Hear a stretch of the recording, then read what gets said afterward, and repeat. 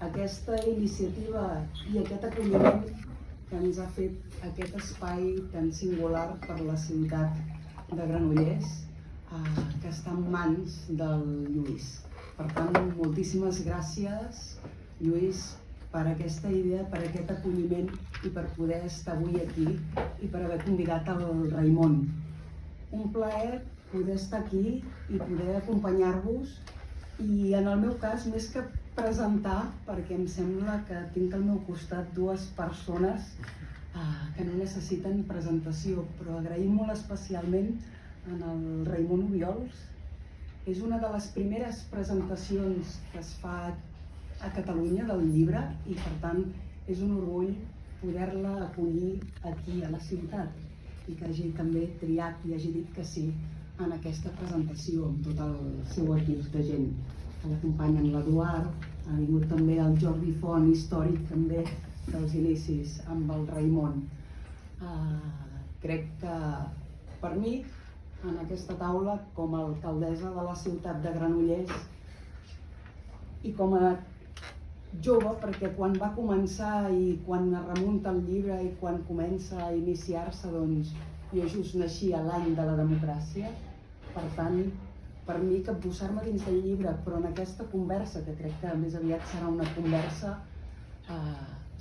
de dos referents, per la seva manera de fer, per tota la importància històrica, i ja parlo en nom de tots dos, que han tingut per mi com a mestres, un en Josep Mayoral directament i l'altre el Raimon, per haver-lo seguit de trajectòria i moltes vegades també de les paraules d'en Mayo. Per tant, serà una tarda d'aprenentatges per molts de nosaltres. Crec que és important conèixer la història per seguir ben arrelats amb ella, però també per avançar. I després, òbviament, aquest llibre fa un recorregut i parla d'aquest temps esquerp, que ja ens en parlaran de què és esquerp, el temps en què estem ara. Esquerp en molts sentits i per cadascú de nosaltres també d'una manera diferent, incert, complex, difícil en l'àmbit polític, en l'àmbit social, en aquest món global en què estem i també aquí a Catalunya. Per tant, jo volia començar agraint i un honor poder compartir aquesta taula i sobretot poder aprendre, perquè es tracta d'això. Sense l'aprenentatge i sense els referents tampoc som res. I per tant, una història que es construeix des de finals del franquisme, com construïm democràcia també en aquest país. Jo li passaria la paraula al Mayo, que és qui també em va dir, diu, som-hi, vindrà el Raimon, conversem aquí a l'Anònims i a partir d'aquí començarem aquesta conversa. Gràcies i moltes gràcies, Raimon, per estar aquí amb nosaltres. Molt bona tarda. Jo estic deshabituat als micros i per tant m'he generat uns certs nervis, estic nerviós. Sí, estic nerviós, de veritat. És un acte singular, no? I un acte diferent als que he pogut fer durant molts anys i tampoc una il·lusió especial. Il·lusió per compartir-ho amb vosaltres, per trobar-nos en uns moments molt difícils pel món, pel país, afortunadament ben orientats a la ciutat, Alba. També de trobar-me amb el Raimon. Ho contava l'altre dia, deu fer 50 anys que el vaig escoltar per primera vegada. Vol dir que jo tinc una edat i ell també. I en tot cas, sempre he pensat que el Raimon ha estat un dels veus més lúcides de la política catalana i dissortadament massa poc escoltades. I una vegada més amb aquest llibre el que fa el Raimon és aquesta lucidesa que l'ha acompanyat sempre, oferir-nos-la, posar-la sobre la taula per tal que en podem treure, com deia l'Alba, les conseqüències per créixer com a persones i com a comunitat. Jo voldria dir, si em permet el Raimon, 10 motius per als quals heu de llegir el llibre. 10. Algú sap que jo soc de la Càlex, vaig a l'Escola Pia i hi ha coses que em queden. I llavors m'agradaria que ho fessin, que deixin el Raimon una mica com a conversa. Jo he preparat, evidentment, comentaris sobre 6 cites breus, que són les que jo he triat. Vosaltres en triat nosaltres, segur que cadascú té la seva lectura d'un llibre, però m'agradaria que el Raimon, doncs, a partir d'aquí, digués el que volgués. 10 motius, va? Mireu, el primer és perquè aquest llibre és una reflexió lúcida, molt lúcida, sobre el temps que vivim i sobre per què hem arribat on estem. Hi ha una dissecció que es capbussa amb la història i que ens porta i ens explica per què estem on estem. En segon lloc, perquè ens alerta dels riscos que poden venir. Ens alerta i ens anima. I ens diu que si xiulem i mirem cap a un altre costat, ho passarem molt malament. En tercer lloc, perquè és un llibre ple d'interrogants. Els temps esquerps han de ser necessàriament temps de preguntes, temps de donar pistes, temps de generar debat, de fer d'aquests interrogants elements que ens permetin créixer com a col·lectivitat. En quart lloc, perquè és un llibre que porta coneixement. Vaig llegir, ho vaig sentir un Jordi Montiel, com unes 500 cites, no, ell ens ho dirà, però en tot cas hi ha el reflex del pensament dels últim segle. Pensament, fets i gent. Un repàs per la història del món, d'Europa, d'Espanya, i alhora també un repàs de la història del pensament i com aquest pensament ha anat desenvolupant-se. Molt plural, molt divers, per dir-vos que la persona més citada és el Tram. No li explico res per què, però el més citat és el Tram. Alguna cosa deu passar amb aquest personatge. En cinquè lloc, perquè és una mirada universal que sap aterrar bé amb el local. Una mirada universal als problemes globals que vivim, però també la lectura sobre com ens afecten des de la proximitat i com, des de la proximitat, amb algun concepte prou interessant, ens genera aquesta possibilitat de donar les voltes a les coses. Lo global, però també la proximitat com a factor de transformació, d'anàlisi i d'acció. En sisè lloc, perquè conté una bona fotografia del moment que viu Catalunya, que posant-se amb la gènesi de per què estem aquí, però una molt bona fotografia, una fotografia que jo comparteixo, que en tot cas és la fotografia del Raimon, i en tot cas cadascú ha de tenir la seva atenció, perquè algú m'ha parat alguna vegada pel carrer i diu: és un llibre sobre el procés. No és un llibre sobre el procés. Si no m'equivoco, 3 dels 12 capítols que parlen bastant del procés, però i tampoc és un llibre per passar comptes al Jordi Pujol, com també vaig sentir algun periodista. És una reflexió sobre la situació de Catalunya i sobre les preocupacions que li generen, i alhora també una reflexió política imprescindible per trobar sortides als problemes que vivim. En setè lloc, perquè és un exercici lúcid i honest contra la decepció política. Ho diu en el subtítol, 12 punts contra la decepció política. I està bé que algú ens posi sobre la taula elements per lluitar contra la decepció política. Vuitè, perquè no és un llibre de fórmules màgiques. No hi ha receptes, no ens diuen el que hem de fer. Sí que és un llibre d'eines. En les reflexions que ens proposa el Raimon hi ha un munt d'eines que ens permeten generar debats, reflexions, que ens permeten mirar endavant, contraposar idees, posar-les una cosa a l'altra, en definitiva, avançar. En primer lloc, perquè és un llibre de combat. És un llibre contra les desigualtats, rotund, contundent. És un llibre que, com diu el Raimon, vol que guanyin els que sempre perden. I també, com diu, és un llibre per posar dics de contenció als poderosos. I en desè lloc, i aquí cau, perquè defensa una cosa essencial, poc de moda, que és el coratge de la concòrdia. Probablement el llibre es podria titular El coratge de la concòrdia. Defensa el coratge de la concòrdia i l'optimisme de la voluntat que acompanya sempre el pessimisme de la intel·ligència.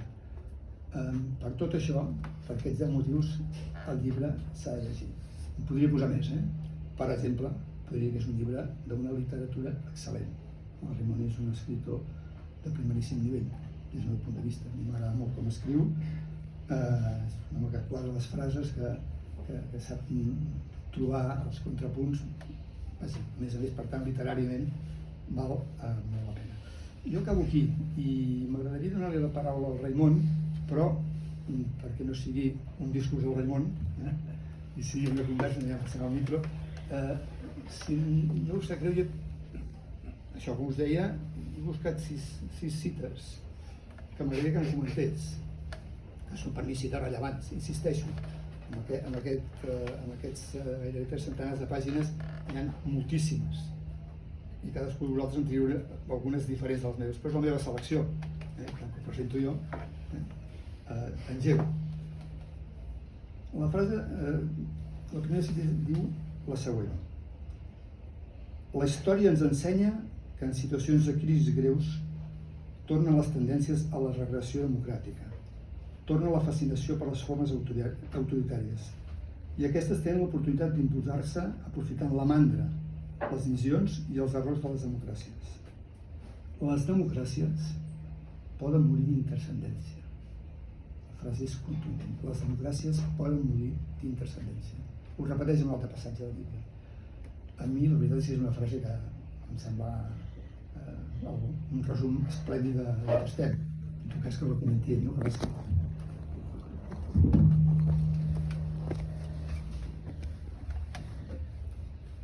En primer lloc, deixeu-me agrair als anònims que, com el seu nom indica, no sé qui són, que hagin ofert aquest local per la presentació del llibre. Agrair-vos a vosaltres dos la vostra participació i naturalment a tots vosaltres, els que conec, que són bastants, encara que ens veiem molt de tard en tard, i els que no conec que hàgiu assistit. Us considero amics i amigues i us agraeixo la vostra presència.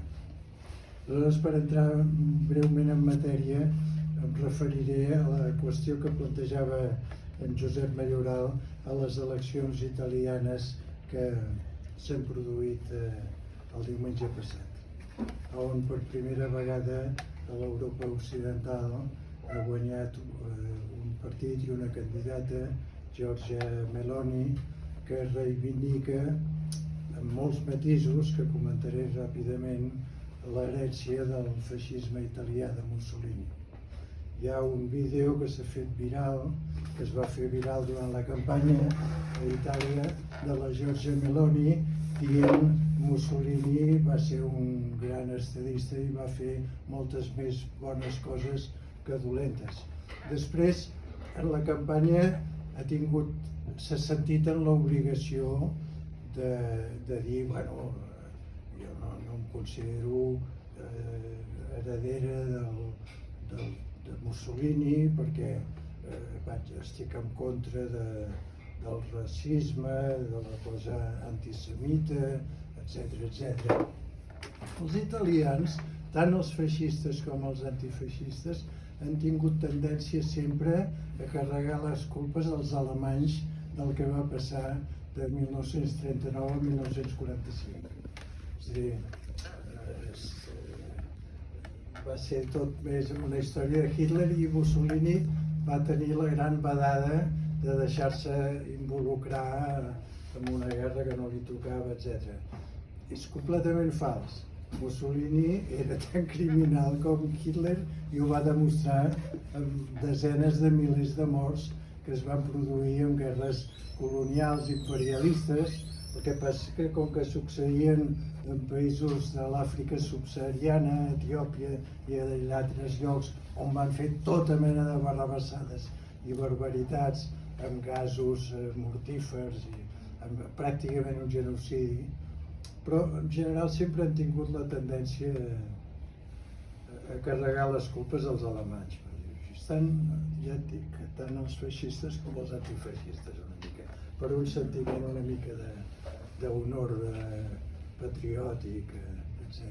Ara, jo vaig veure en un setmanari italià abans de les eleccions que han donat la victòria als Fratelli d'Itàlia i a la Giorgia Meloni una caricatura, un acudit d'un tio que és genial, que deia un dibuix que mirava el lector i deia: no sé per qui abstenir-me. Jo ho vaig trobar genial, perquè què és el que li ha donat la victòria a Giorgia Meloni? Que hi ha hagut una quantitat molt gran de gent de dir a qui hem de votar. Perquè els que han aixecat la bandera de l'antifeixisme, que és el Partit Demòcrata, Enrico Letta, que ja ha presentat la dimissió, arrosseguen la tradició de les dues grans famílies democràtiques italianes, que són d'una banda el Partit Comunista Italià, que tenia un origen bolxevic, però va ser un gran partit de la democràcia italiana durant el feixisme, la resistència, amb màrtirs importantíssims com Gramsci, etc., i després en la resistència partisana i després en el procés de la Constitució democràtica de la República Italiana, i l'altra gran família era la família demòcrata cristiana. Jo vaig tenir unes discussions molt rocotudes amb en Pasqual Maragall sobre això, que em deia: ets un antic, perquè Pasqual estava fascinat amb la idea de que els antics comunistes i els antics demòcrates cristians es fusionessin en un partit demòcrata, europeista, federalista, oblidant les seves tradicions. I li vaig dir: és com si haguéssim de fer un partit únic amb el Duran Lleida i amb Unió Democràtica. Ja es veu que hi ha tribus, hi ha famílies polítiques que no es poden barrejar. I el drama italià ha estat la fusió d'aquestes dues grans tradicions amb totes les divisions i la dispersió que això ha produït, perquè és clar, barrejar els ous i les castanyes acaba... Aleshores, cada maestrillo con su librillo, cada persona que destacava una mica en política, el Rutelli, que va fer-se molt amic del Pasqual quan el Pasqual va fer un any sabàtic a Roma, que havia estat alcalde de Roma, la Margarita, els altres, tal cosa, tal altra, plataformes personals, perquè deien: la política ara és una cosa de líders, és una cosa personal. Ja no, les ideologies ja han passat, ja queden enrere, etc, etc. I aleshores, el resultat quin és? El resultat és que els treballadors, sobretot, passen a votar la dreta o l'extrema dreta perquè no veuen qui els pot representar, i que els partits acaben convertits en plataformes personals. El Partito Democrático, des que es va fundar, deu haver tingut una quinzena de líders, 15 o 16. Bueno, tot això és un element de decepció política contra el qual jo em rebel·lo en el meu llibre. Jo crec que les ideologies, com les meigues gallegues, existeixen. Que hi ha unes tradicions, hi ha unes cultures polítiques, hi ha una determinada manera de veure les coses de la realitat que és ideològica en el bon sentit de l'expressió, no com a doctrines tipus Torquemada o Savonarola, allò de si no creus això ets ja... sinó elements que poden donar una visió una mica de conjunt de les coses que estan passant. Naturalment, les coses que estan passant són molt complicades, és difícil a vegades interpretar el present i encara més difícil preveure el futur, i és el que diuen els castellans: en caso de duda, la de junto al dedo. Més val aplicar el principi hipocràtic, diguem, de primer no fem mal, anem amb cautela, perquè no prenguéssim mal. En realitat a Itàlia han pres mal per jo crec per un excés d'audàcia postideològica, un excés de modernització a l'americana, diguem, entre cometes, i això ha donat com un resultat que no és un resultat, jo crec, fatal, perquè aquesta senyora i aquest partit que tenia un 4% fa 4 o 5 anys i ara s'ha convertit en el primer partit d'Itàlia, en bona mesura com a conseqüència de la desorientació del Partit Democràtic, durarà, jo crec que durarà poc. Jo crec que durarà poc. Ara ja ho veurem. En tot cas, sobre la senyora Meloni i sobre el vídeo de diumenge passat no en parlarem. En tot cas, aquest risc pel que ens alertes, que la democràcia pugui morir en transcendència, des del teu punt de vista, com podem, quines accions, quines actituds, quins canvis hi ha d'haver-hi per tal d'evitar aquesta mort. Clar, morir en transcendència vol dir que potser fins i tot crec recordar que Obama va alertar d'un risc similar, no? Si la democràcia mor d'intranscendència, mor. Per tant, camins... Jo crec que una de les primeres coses que s'hauria de fer en el camp de l'esquerra, que és el que em situo, i suposo que la major part dels presents també, en el camp de l'esquerra el que hauríem de fer és deixar de queixar-nos. Perquè tendim molt a dir que malament està tot, etc. I tractar de fer passes endavant, perquè solucions així en abstracte i en general no n'hi ha. Hi ha petites solucions concretes. El món municipal és bàsic en aquest sentit. Jo, si hi ha una cosa de la qual em sento satisfet de la meva etapa de direcció primer de la Constitució del Partit Socialista i després de direcció durant una quinzena d'anys, és l'esplet d'alcaldes i alcaldesses, que no ho dic perquè ara en tingui dos aquí al davant. Hi ha dos ex, sinó perquè aviam, què ha estat? El PSC ha estat un partit d'alcaldes i alcaldesses, bàsicament. En un moment determinat, en Pasqual, potser una mica massa tard del compte, del que tocava, va tenir la presidència de la Generalitat en moments molt complicats, molt difícils, però bàsicament ha estat la realitat concreta, la transformació concreta de tants pobles, viles i ciutats de Catalunya amb alcaldes o alcaldesses socialistes que en general ho han fet bé i no s'han fotut quartos a la butxaca, que això és fonamental. Algun cas hi haurà excepcional per això, excepcional, molt minoritari. I deixa'm que et digui una altra cosa.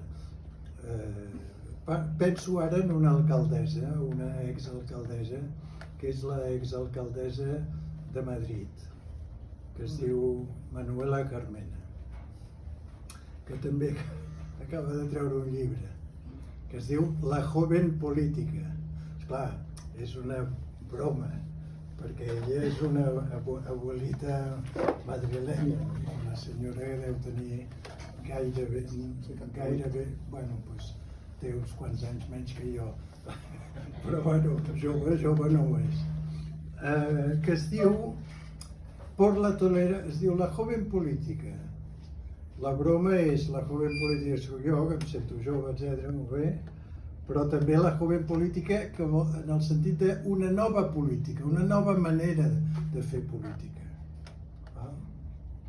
I el subtítol és Por la tolerancia y contra los partidos.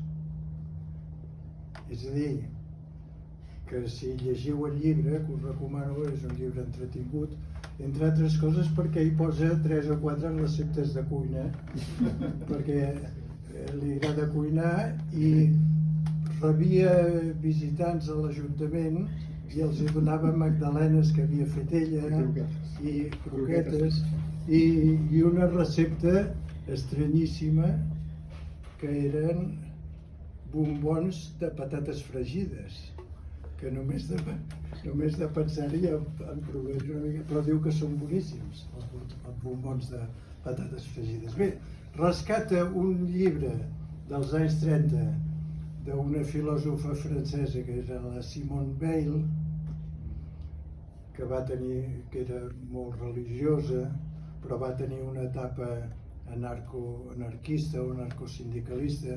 Va venir a Barcelona l'any 36. Hi ha una foto de la Simone Weil vestida de miliciana pels carrers de Barcelona. De seguida va veure que la FAI, sobretot, matava capellans, es va horroritzar i se'n va tornar cap a França.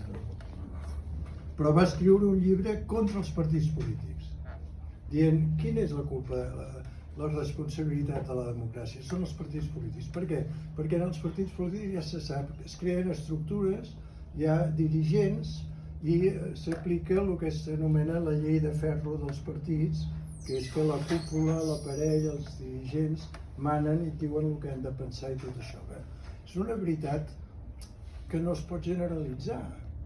És a dir, no és el mateix el Partit Nacional Socialista d'Adolf Hitler a Alemanya o el Partit Demòcrata als Estats Units.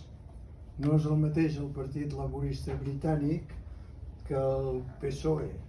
No podem emetre el missatge, el que Manuela Carmena diu los que vendran, és a dir, els més joves i els que vindran després dels més joves, dient sobretot feu política però no la feu amb els partits.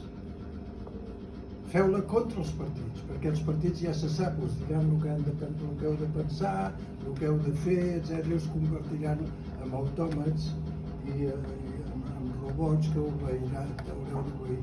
Això jo crec que és un missatge com el de que és clar que la Manuela Carmena ha patit molt els partits, perquè ella va dir, bueno, doncs jo soc jutgessa i em presento i tot això, i després els partits li deien, no, tira cap aquí, tira cap allà. No, jo penso que naturalment no la critico, explico molt bé. Ara, el missatge per mi no és el positiu. El missatge és dir, mireu de fer partits que siguin partits oberts, que no siguin burocràtics, que siguin democràtics, on la llibertat de discussió sigui pràcticament total, o sense el pràcticament, on hi hagi lideratges, perquè els lideratges són necessaris, però que siguin líders o lideresses escollits democràticament, etc. Jo crec que és la manera, jo no tinc la solució, però em sembla que proposar a les noves generacions que facin política d'una altra manera sense els partits, jo crec francament que és no solament una equivocació, sinó una equivocació molt perillosa, perquè porta a la fragmentació, porta a la divisió i porta a aquest tipus de coses que ara s'ha posat de moda dir-ne woke, interseccionalitat, minories victimitzades per un costat, per un altre, mirem de posar-nos d'acord.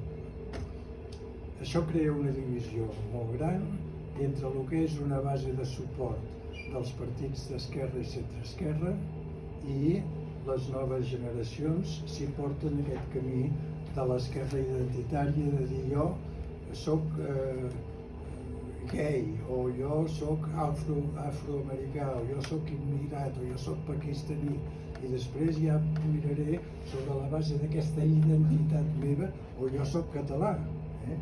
Sobre la base d'aquesta identitat meva ja miraré de posar-me d'acord amb els altres per veure si fem majories i governem, etc. Jo crec que això porta a la fragmentació i a la dispersió, i naturalment no tinc la solució del que poden ser els grans partits del segle XXI, però sense grans partits no hi haurà democràcia al segle XXI, em sembla bé. Canviaríem de registre una cita sobre política catalana. Dius, en la política catalana d'aquests darrers anys hi ha hagut poca atenció a la realitat, però sobretot un dèficit d'imaginació i un excés de fantasia intencional. La frase se les porta. En tot cas, jo crec que és molt profunda. Home, és un dia molt adequat per comentar una frase Vaig d'aquest preparar tipus. abans d'ahir, no? Mira, a veure, a mi em deien, sobretot els mitjans, perquè jo no tenia ni un mitjà de comunicació a favor quan era candidat contra el senyor Pujol. Deien, no, és que és avorrit, és que no té carisma, no té carisma. Pujol tampoc és que fos molt entretingut, però tenia la premsa a favor, tenia la gent de quartos a favor, molts quartos, i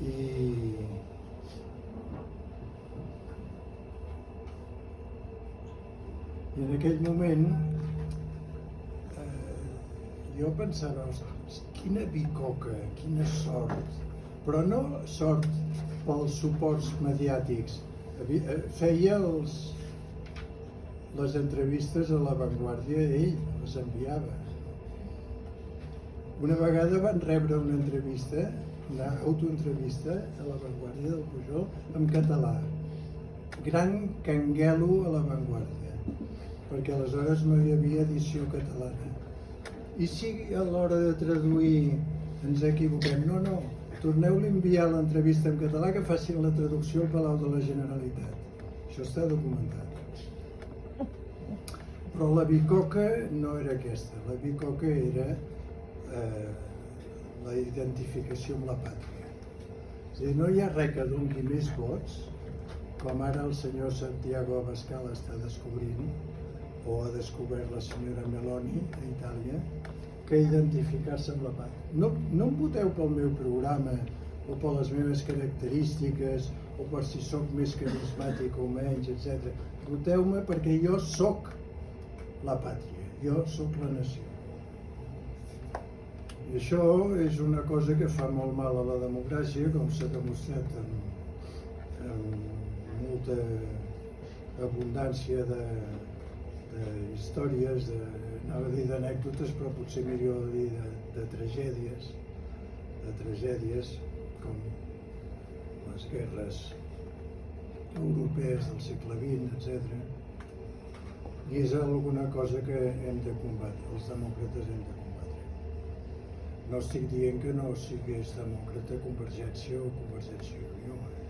Jugaven la carta de les eleccions, però esclar, les eleccions, els que tenen més quartos sempre juguen en posicions més favorables, i els que aconsegueixen, per les vicissituds que sigui, identificar-se amb la pàtria i apreten aquest botó a fons, els nacionalistes, ara els nacionalpopulistes, el Trump als Estats Units, la Meloni a Itàlia, la Marine Le Pen a França, etc., l'Orban a Hongria, tots aquests juguen amb avantatge perquè hi ha molta gent. Sembla estrany, sembla estrany. Després de què he viscut a Europa al segle XX, sembla estrany, però és així. És a dir, hi ha molta gent que s'oblida del passat. Gramsci deia, la història dona lliçons però no té alumnes. La gent tendim a oblidar-nos del que ha passat. No aprenem de la història. I aleshores una i altra vegada es torna a caure en la mateixa pedra. Per sort, jo sóc optimista. Jo crec que la història de la humanitat a Europa, sobretot, però en general al món, la pobresa es va reduint, les noves generacions llegeixen una mica més, que les anteriors no sabien llegir, les anteriors eren analfabetes en aquest país. Jo quan vaig fer la mili donava classes de llegir i escriure als soldats. La Meloni no és el Mussolini. Ara no fuma, no farà toquem fusta, no, però no farà les barrabassades que va fer el Mussolini. L'imperi, la Roma d'Oma, deien. Tots els bombardejos a Barcelona de l'aviació italiana, això. No crec que hi ha Granollers, i tant, hi ha Granollers. Això no ho veurem, per sort, és a dir, anem millorant o desempitjorant, per ser més precisos, no? Però de tota manera no es pot xiular i mirar cap a l'altra banda. En tot cas, com a curiositat, de la riquesa intel·lectual i de la concatenació de conceptes, el Raimon, que utilitza l'expressió imaginació i fantasia, arriba aquí a partir de Stanislavski. Sí, no? Bueno, perquè Stanislavski era un director del món del teatre a Rússia, però que era un gran teòric de l'ensenyament del teatre i deia als actors. Després hi va haver un centre de formació d'actors a Nova York molt famós que va donar molt bons resultats, per exemple el Marlon Brando, si els recordeu, va sortir de l'Actors Studio.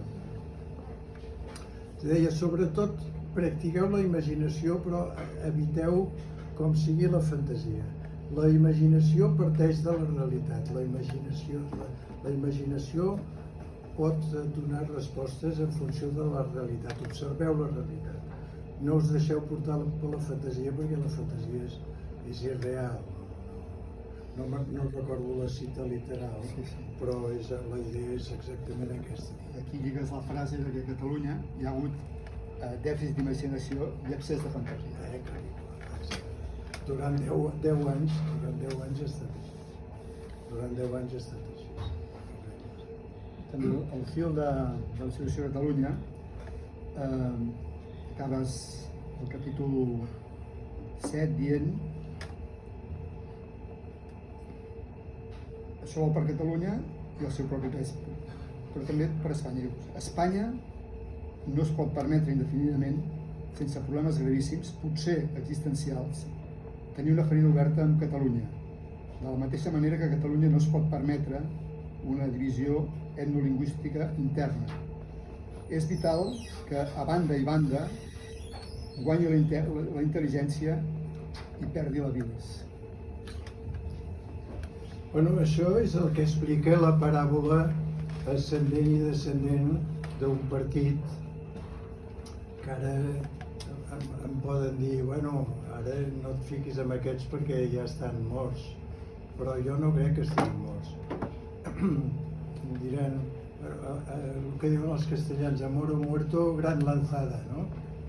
Assegurem-nos, la paràbola ascendent i descendent de Ciudadanos. No? Perquè una vegada més es va produir aquest fenomen que abans comentava de l'exaltació patriòtica o identitària. És a dir, a Catalunya en un moment determinat el procés avança i una gran quantitat de gent, naturalment, sense simplificar, però una meitat de la població va dir, però això què és, això? On anem a parar? No simplifico, perquè a mi em va passar una cosa que em va fer pensar molt. Anava en els moments més àlgids del procés, quan ja es preparava la consulta de l'1 d'octubre, que ara celebrarà el 5è aniversari, en quines condicions, per cert. Hi havia allà a l'Eixample de Barcelona una parella de jubilats. Ubiols, vente para acá, vente para acá. ¿Qué? ¿Cómo? Ya ves cómo vamos, Yo soy de Valladolid. Mi marido es jubilado de la SEAT, és clar. Els jubilats de la SEAT de Catalunya són una categoria social molt important. Jubilado de la SEAT. Diu, esto es insoportable. Diu, yo a casa de mi cuñado, que esta señora me dijo, yo soy de Valladolid. Diu, yo a casa de mi cuñado no puedo ir porque es de los que pone la bandera en el balcón. Diu, que posa l'estelada. Diu, què va? La de l'Estanco. O sigui que hi ha molts matisos. Però, en fi, per què va pujar Ciudadanos? Pregunto. Pels mèrits dels 15 intel·lectuals que van firmar un manifest dient s'ha de fer un partit?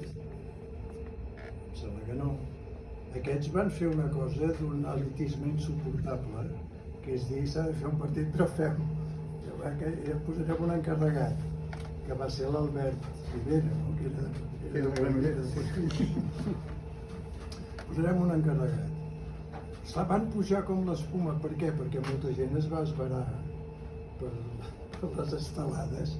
Jo pensava, ostres, mirava unes façanes a Barcelona, allò, el primera l'estelada, el segona la quadribarrada, a la tercera la bandera espanyola constitucional. Aquests tios, quan es troben a l'ascensor, què diables es deuen dir? No, parlo del juny o del 2017. Bueno, van pujar.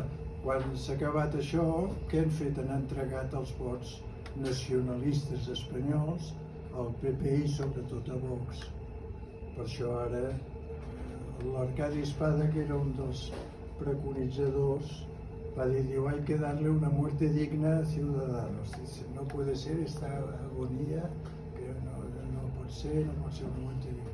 No, perquè mentre hi hagi diputats i regidors i algun alcalde i algun conseller d'alguna comunitat autònoma de l'Estat, etc., Ciudadanos continuarà funcionant, però cada vegada menys. Per què?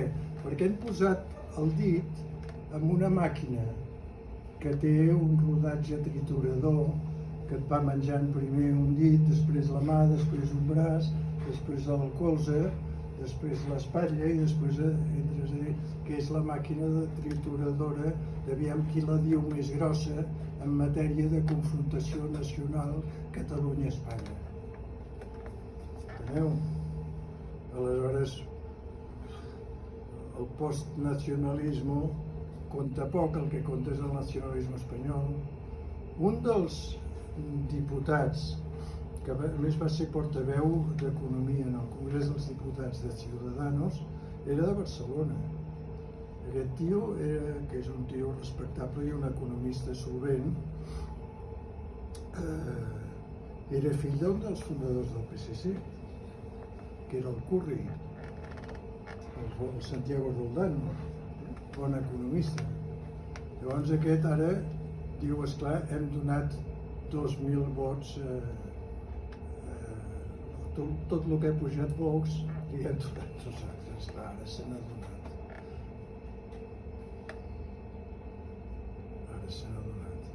És aquesta cosa terrible de les confrontacions identitàries, nacionalistes. Per això dic que, esclar, aquesta és una batalla entre Catalunya i Espanya que no té guanyadors, perquè qui pot guanyar Espanya? Que ens assimilaran, ens arrenaran, hablaremos todos en castellano i ens emocionarà la bandera constitucional. A molts no. Jo he portat molts anys un clauer amb la bandera espanyola, però és la de la República, perquè per generació la bandera constitucional actual la respecto i mai diria res en contra, però no m'emociona. En canvi, la bandera republicana en la meva mitologia naturalment sí que m'emociona. Aleshores, no ens assimilaran, no hi haurà mai una Catalunya sotmesa o submisa, però tampoc hi haurà una Espanya que pugui tenir la potencialitat que pot tenir si crea sinergies amb les altres nacions de l'Estat, amb els bascos, amb els catalans, etc. És a dir, és una guerra on no hi ha guanyadors possibles, una guerra només de perdedors, i que ens hem de resignar, i les noves generacions s'han de resignar o bé amb la fantasia d'una independència impossible, o bé la confrontació permanent, que és una màquina de triturar, com deia abans, que ara ha triturat a Ciudadanos, demà triturarà a Junts per Catalunya, a nosaltres en un moment determinat, parlo dels socialistes catalans, no ens va triturar però ens va crear una problemàtica molt gruixuda. Els que vindran, els joves, els haurien de dir no us volem donar lliçons, feu exactament el que penseu, però sobretot no feu això de la confrontació identitària, perquè això només beneficia els que en treuen profit.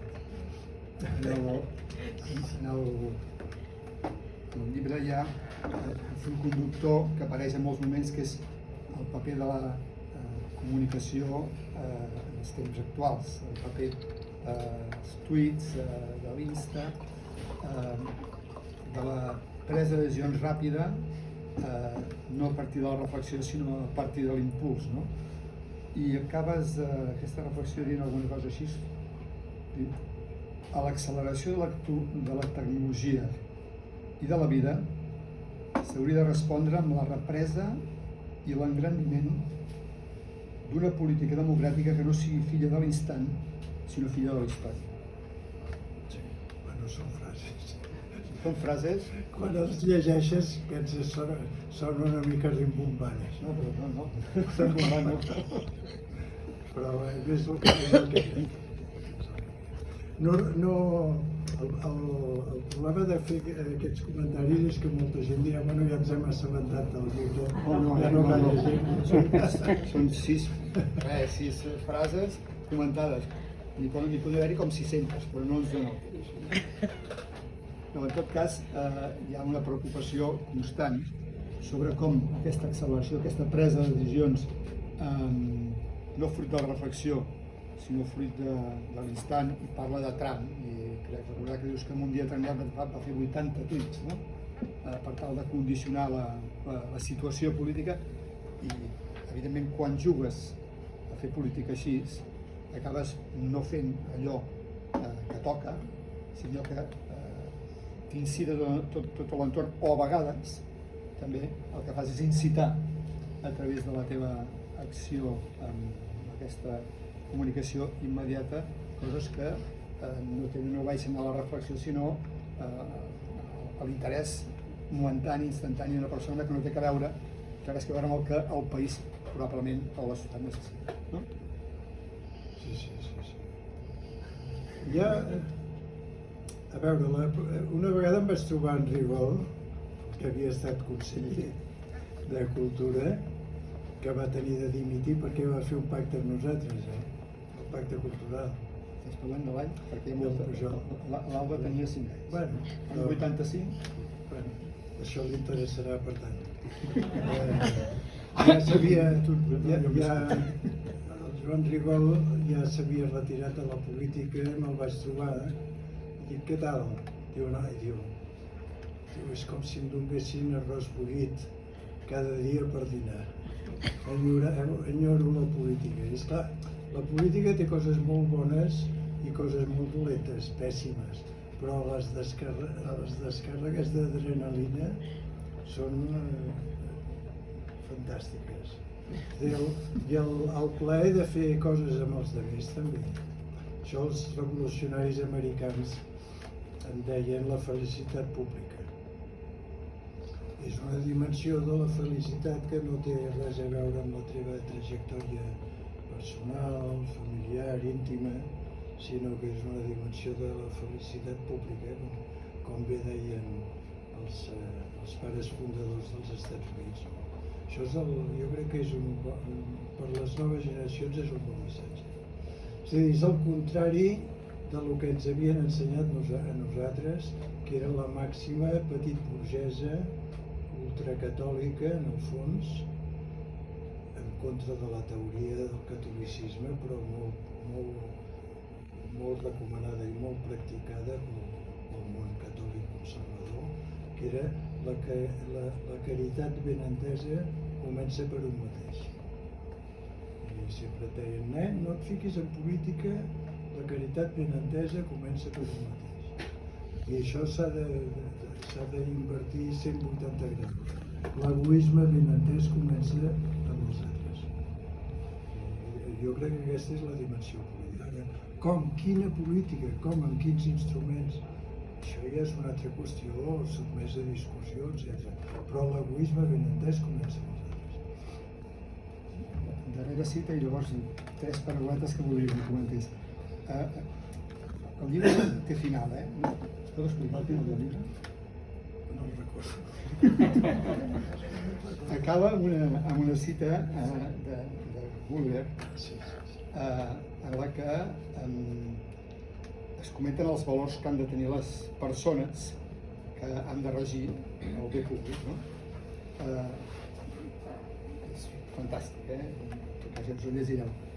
I comentant això, i són les últimes 3 ratlles del llibre, diu, d'aquesta manera que explica aquell llibre, s'explica en aquell llibre que s'ha de gestionar el servei públic, acaba el Raymond dient, d'això Orwell en deia la common decency, la decència de la gent corrent. És l'única força que ens pot salvar si arriba el moment. Al final... Sí. Ara ho explico. Sí, home, en última instància, ara es parla de pluricrisis o policrisis, o la crisi climàtica, la guerra d'Ucraïna, que cada dia fa més angúnia, la crisi de la democràcia, la crisi de la política i els mitjans de comunicació, etc. Bueno, jo crec que s'ha de fer una aposta. A veure, un filòsof francès que es deia Pascal va fer famosa la frase, el que es va denominar l'aposta de Pascal, que era dir, vostè creu en Déu o no? Diu, sí, jo crec en Déu, faig l'aposta de creure en Déu perquè si l'encerto, collonut, i si no l'encerto ja no m'enteraré. Molt bé, està ben vist, però s'ha de fer a la pata a la llana i amb una sabatina espardenya s'ha de fer l'aposta pascaliana de la política democràtica i progressista. És a dir, el món és millorable, hi ha majories de gent decent, alguns deien si els fills de puta es posen a volar no es veurà el sol. És fals. Això és fals, és literalment fals. Jo m'he trobat moltíssima més bona gent que mala gent a la vida. Pues, fer l'aposta pascaliana, de dir la bona gent som clarament la majoria i l'única manera d'imposar-nos sobre els altres és posar-nos d'acord en el que puguem, fer coses junts, votar, respectar-nos i tirar endavant, sense tenir la solució miracle, perquè qualsevol que pretengui tenir-la per definició menteix. M'agradaria acabar amb 3 conceptes. Definició breu. Federalisme dels fets. Què és el federalisme dels fets? Home, jo sóc molt partidari de Maquiavel. Considero que en la terminologia de la gent decent, diguem, el maquiavelisme és repugnant, no? Perquè és clar, és la imatge de dir una cosa i fer-ne una altra, etc. Ara, si no et mous amb una mica d'habilitat, només amb els principis i amb els grans ideals i tot això, i no tens l'habilitat realista d'aconseguir resultats concrets, malament. És a dir, que soc, per entendre's, partidari d'un maquiavelisme moderat, molt moderat, i sobretot en principis, és a dir, amb uns comandaments de les coses que es poden fer i les coses que no es poden fer. Ara, dins de les coses que es poden fer, com més hàbils, naturalment, millor. Ara, els pares fundadors de la Unió Europea van ser maquiavèlics moderats. El Jean Monnet, etc. Schuman, etc. Què era? Perquè si haguessin començat a dir hem d'unir Europa, aixequem la bandera del federalisme europeu, vinga, abandoneu les vostres pretensions de sobirania estatal, etc., i ajuntem-nos tots, perquè així, naturalment no van fer això, van dir s'ha de fer la comunitat europea del carbó i de l'acer, pum. Després s'ha de fer el Tractat de Roma, pam, pum. I ja després, en un moment determinat, tothom, ara es torna... Però fins i tot la pròpia Giorgia Meloni no s'atrevirà a dir Itàlia se n'ha d'anar de la Unió Europea. I els fons de recuperació postpandèmia, que els perdrem. Enteneu? Vull dir, aquests tios van ser maquiavèlics en el bon sentit de l'expressió. Per això jo crec que s'ha de ser moderadament maquiavèlic en aquest sentit. Un altre concepte que m'apassiona i que l'utilitzes és el concepte, el mètode de les petites coses. I recordes a Colorni i Fishman, el Lluc? Sí. Què és el mètode de les petites coses? No, de les petites idees. No de dir la meva visió del món és aquesta, sinó aquí el que a veure, fixem-nos en un problema i mirem de trobar una solució. El federalisme dels fets, per exemple, és el que fa un tipus que jo admiro, que es diu Josep Vicent Boira, que és un valencià, que és el que està fent la línia d'alta velocitat Catalunya, País Valencià, Múrcia, Andalusia, etc. Però que està fent amb el federalisme dels fets, és a dir, el tram d'aquí a aquí, i ara la inversió, patatim, patatam, etc. Farà molt més per uns eventuals, entre cometes, països catalans, el Josep Vicent Boira, facilitant que es pugui anar de Barcelona a Madrid en una hora i mitja, de Barcelona a València en una hora i mitja o 2 hores, haurà fet federalisme dels fets, ben fet, diguem, com van fer el Monet o el Schuman amb la Unió Europea. I un concepte que per mi també podria ser el títol del llibre, el coratge de la concòrdia. Què ens vols dir quan ens parles del coratge de la concòrdia? A veure, no sé, ja no tinc més respostes. Respectar-nos, unir-nos, a la mesura del possible. En aquest sentit, estic enormement satisfet perquè malgrat tots els tràngols que ha patit el PSC en aquests 10 anys, que hem patit molt, ara tenim un primer secretari que sembla la reencarnació del president Josep Tarradellas. Els recorda fins i tot amb la gestualitat i la manera d'expressar-se. No ens immutem, tranquil·litat, però no tranquil·litat i bons aliments, tranquil·litat i pencar. Perquè jo he estat primer secretari del PSC. L'altre dia en el Iceta li deia l'Illa penca el doble que nosaltres, tu, perquè no para aquest tio. No para. És que és de la roca. Jo ho vaig seguint a les xarxes, a la premsa i tot això, ara està aquí, ara està allà, ara no sé què, no sé quan. Jo no havia vist mai el Partit dels Socialistes de Catalunya pencant tant com en aquests moments. Dic, no faig propaganda ni publicitat, És la meva sinceríssima apreciació. Mai s'havia pencat tant com ara. Bueno, està bé. El PSC és la solució per Catalunya? No sé. El que sí que sé és que Ciudadanos no ho era, que Esquerra Republicana no ho és, que Junts per Catalunya encara menys, i que una via d'unir, una via d'entesa, de coratge de la concòrdia, és el que és... A veure, quan estàs en un forat el que no has de fer és seguir cavant el forat. Ara la sortida del forat no sé quin és, però ara hi ha un forat, hi ha hagut un forat. Molta divisió, molta màquina trituradora, molt vòrtex Ara surten els de l'Assemblea Nacional dient si no, d'això ja farem nosaltres la vostra candidatura, farem una altra candidatura nosaltres. Ostres, de manera que Esquerra, Junts i una candidatura de l'Assemblea Nacional.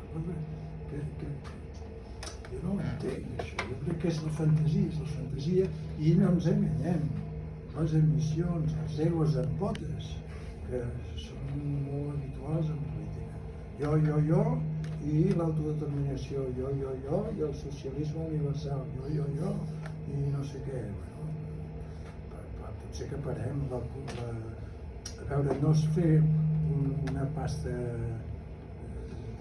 tot un revolutum de tot, però hi hagi una restitució del respecte democràtic que hi havia hagut en aquest país, amb un govern, per exemple, d'unitat, que anava de l'UCD al PSUC, amb el Tarradellas de president. No? Naturalment són situacions irrepetibles, però noves majories que evitin la fantasia i que se centrin en petites idees de coses que es poden fer per millorar l'ambient, per solucionar problemes concrets, per canviar el xip una mica col·lectiu, quina catàstrofe, quin desastre, que malament que ho hem fet, que el món ja no ens mira, o millor que no ens miri.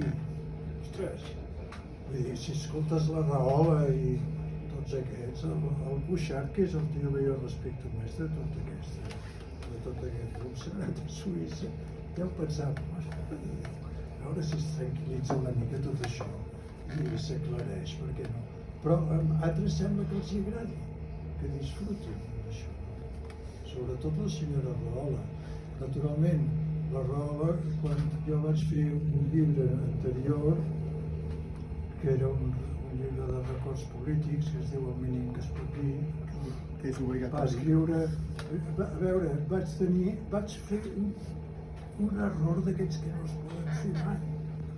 Vaig anar a una emissora de ràdio, no sé si era Catalunya Ràdio, crec que era Catalunya Ràdio, i vaig ficar la pota, però vaig dir, no, diu, has fet un llibre... Has fet un... Sembla que s'ha anat al saló. No? Diu, has fet un llibre de... Dic, sí, a més l'he escrit jo, no com aquests llibres de memòria que fan molts polítics que fan 3 o 4 sessions amb un periodista i una gravadora i després aquest els hi fa l'article. Ostres! I a l'altre costat de la taula, que era una tertúlia d'aquestes, hi havia el periodista que havia fet les memòries de Pujol, que va pensar que anava per ell, que era una indirecta, que jo no ho sabia jo, ho ignorava. Però va anar així. Una última cosa i llavors el Jaume. Un apunt, perquè jo us hauré de deixar també, ja ho he comentat, que seguirien la conversa amb una exposició d'un granollerí, però seguint el repàs que han fet a tot el llibre, bàsicament, amb aquests 12 punts, jo sí que voldria fer un apunt que per mi s'hi troben també claus per l'optimisme. Per tant, dins d'aquesta decepció o sensació d'aquest món complex i aquest temps esquerp, al llarg d'aquests 12 punts hi ha també per mi les claus de l'optimisme per afrontar aquest present, però sobretot aquest futur i també futur de la política i de la construcció d'un món i d'una societat millor. Ara en parlava el Raimon, no? Però des de la reflexió, en un món que no ho permet gaire, però la reflexió i la calma, el respecte a l'altre, el consens, l'acord, el diàleg, l'espai per aquest respecte, pel pensar, pel reflexionar, que es troba, jo crec, en el llarg d'aquests 12 apunts recollits a partir de vivències, trajectòries, altres autors, però jo crec que sí que no és una lliçó, i jo no me'l prenc com una lliçó, no? La pregunta aquesta és una lliçó pels joves que ja no són tan joves, perquè aquí veig gent d'una generació molt més jove, diguem, que els que vam néixer en democràcia ja estem al voltant dels 40, i 40-45 i algun més, per tant, són 40 anys, tot i que és una democràcia molt jove, però sí que dona les claus de futur per aquesta necessària entesa, per aquesta necessària unió per la ciutat, per un país, per un món més just, al final, i millor. No? Jo crec que és possible i que estirant del que ens diu el Raimon, aquí ho trobem. Volia fer aquest apunt i moltíssimes gràcies. Un últim apunt. Quan llegis el llibre aquest estiu, estàs immers en una cosa com és la guerra d'Ucraïna i Trobes a faltar referències. clar, el Ramon publica aquest llibre al març d'aquest any. Sí que m'agradaria preguntar-li què hi hagués afegit en aquest llibre, què hi afegirà si fa una segona edició respecte als problemes que avui estem vivint arrel de la invasió d'Ucraïna per Rússia. Abans parlàvem dels fundadors de la Unió Europea. El Jean Monnet deia Europa es construeix a partir de les crisis. I ara la pandèmia està... A veure, hi va haver la crisi financera, econòmica i social del 2008. Europa va respondre malament, francament malament. Van pagar els plats trencats als països del sud, especialment Grècia, molt. Després hi ha hagut la crisi de la pandèmia i la resposta ha estat globalment ràpida i positiva, la resposta europea. Ara, davant de la invasió, també la resposta, jo crec, de la Unió Europea ha estat positiva. Aleshores, a veure si això ajuda a reforçar la unitat política dels estats membres de la Unió Europea, amb tensions, contradiccions, etc. Però a veure si això ajuda. I és una guerra que em temo molt que durarà, perquè no té sortida honorable per uns o pels altres. És a dir, els països occidentals, Unió Europea, Estats Units, no poden dir, bueno, doncs, ara ja deixem-ho córrer, perquè ara han annexionat tota la regió més russòfona, el Donbass i l'est i el nord-est d'Ucraïna, doncs ja deixem-ho estar, que hi ha un compte pendent i els russos tampoc poden accedir. I ara ja està tampoc, de manera que això amb baixa intensitat, jo crec, amb un enorme perill, per exemple, aquest atemptat, perquè es pot parlar clarament d'atemptat al gasoducte del Mar del Nord, amb enorme perill, l'amenaça nuclear permanent. S'ha de jugar la carta de la Unió Europea, em sembla, de la solidaritat amb Ucraïna, sense alentar els bel·licistes, desconfiant molt dels mercaders, perquè esclar això dona molta pasta a molta gent, quan hi ha una situació així. Aniran de trobar una solució a mig termini que jo no sé exactament quina serà. Aquestes coses s'acaben per esgotament. Amb un altre nivell de coses es va acabar el tema del terrorisme d'ETA per esgotament. S'ha de tenir la serenitat de pensar això. Escolteu, si tenim 10 minuts o un quart d'hora, Lluís?